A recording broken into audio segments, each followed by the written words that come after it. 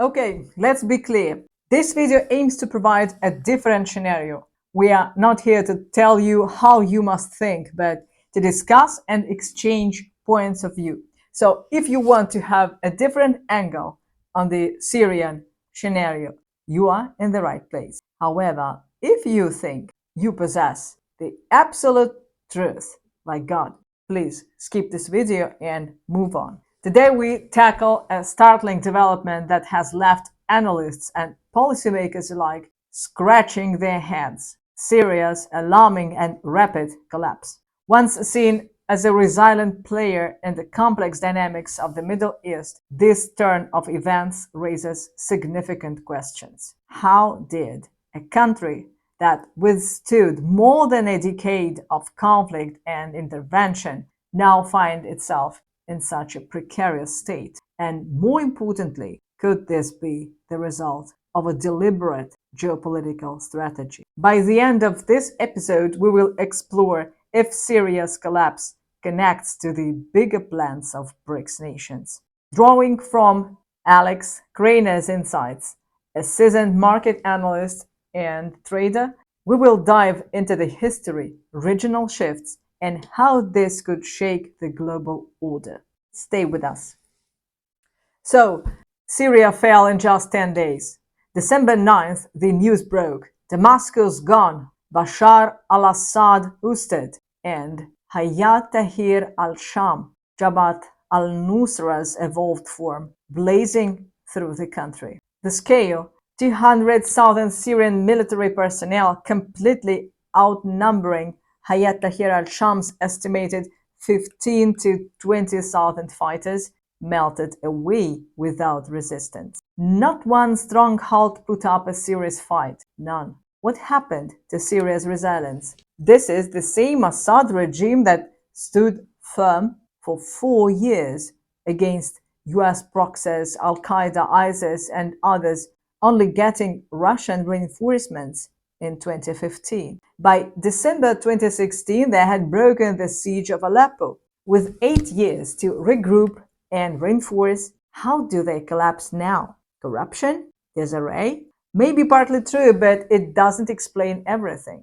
HTS, Hayat Tahrir al-Sham, led by Mohammed bin al-Jolani, on the US terrorist list since 2013, has been threatening major Syrian cities for years. The group is listed as a terror organization by the US in 2018, has reportedly been launching attacks on Syrian positions since 2022. Yet, even in places like Hama, where Syria's best units were stationed, orders from the top instructed them to demobilize. Why? Urban warfare should have dragged on for weeks or months, but it didn't. Theories? A trap, maybe? With Russian and Iranian backing, could this be a deliberate strategy? Lure US-backed forces, the Turkish Syrian National Army, and HTS deeper into Syria's quagmire?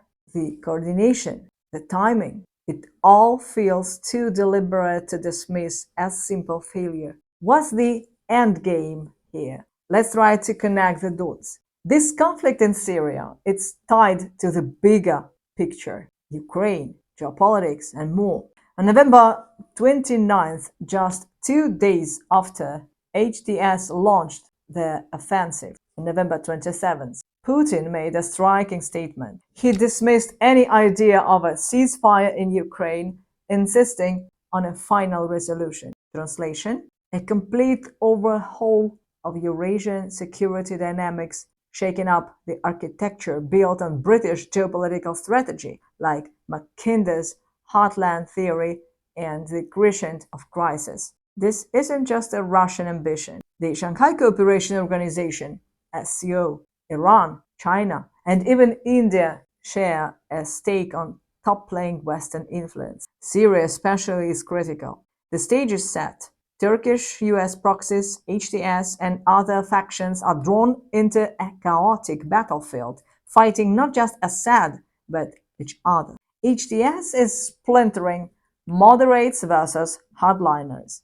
Even Turkey, which once nurtured HTS, froze its assets. The same dynamic is playing out between Kurdish proxies and Turkey along their border. It's Libya 2.0. Then Israel enters the fray, targeting crossings between Hezbollah and Syria on the same day HTS launched its invasion. Coincidence? Unlikely. Remember how the Soviets fell, dragged into a quagmire in Afghanistan. The parallels are hard to ignore. Could Russia, Iran, and Assad's forces have laid a similar trap, avoiding direct confrontation, instead setting the stage for their enemies to exhaust themselves? There are risks, of course. Iran's supply route to Hezbollah is jeopardized, but Hezbollah, like Hamas, may not need constant resupply to remain effective. Survival, not outright victory, is the name of their game. Meanwhile, reports suggest even Israeli intelligence suspects this may be a calculated ploy. What if Syria's collapse is a strategic feint rather than a disaster? What does the West lose if it's caught in this snare? Something doesn't add up. Could Erdogan really be turning on BRICS, the SCO, China, Russia, and Iran? Turkey has positioned as a major energy hub bolstered by investments like BYD's $1 billion car plant and Alibaba's $2 billion injection. The Russians are even completing a nuclear plant there. Why risk all this for ambitions like the Great Turan or holding Idlib, where 4 million Syrians, 90% reliant on Turkish aid, are already at drain? The only way this situation makes sense to me is if there's a different agenda afoot. If it isn't, and I think that, like I'm starting to suspect even that Erdogan was on board with this because him backstabbing the BRICS, the SCO, the Chinese, the Russians, the Iranians, and potentially drawing the ire of the Turkish people who are dead against supporting, Israeli and Western schemes in the Middle East. That doesn't make much sense either. It defies logic unless this is a part of a larger strategy, a trap perhaps. Consider Russia's historical playbook. Napoleon and Hitler both marched deep into Russian territory only to be bled dry by attrition. Could Syria's retreat mirror that logic, letting in the enemy to weaken them over time, trading cities for long-term gains? Tartus and Latakia might be abandoned, but Russia's assets in Crimea and alliances with Iran, including proxies like Hezbollah, suggest recoverable losses. And the West? Their motivations for Syria are clear: securing Israel, undermining Iran, and controlling gas pipelines to the Mediterranean. But they are pouring resources into mercenaries, Tajiks, Uzbeks, Uyghurs, with no loyalty, just the highest bidder. Could Russia, Iran, or China flip them? If this is a gambit, it's about more than Syria.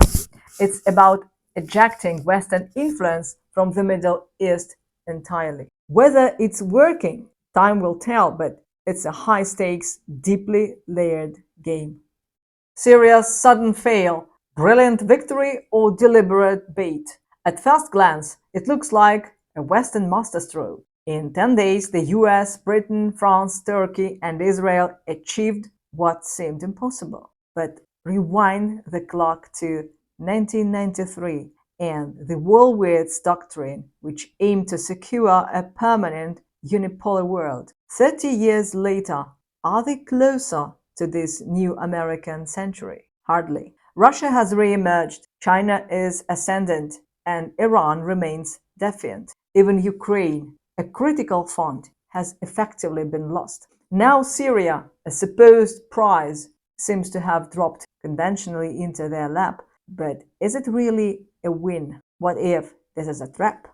A quagmire akin to the Soviet Union's Afghanistan debacle, where Western forces are lured in, drained of resources, and ultimately broken. Sergei Karaganov, a close advisor to Vladimir Putin, suggests a strategy to transition the United States from global hegemon to just another major power.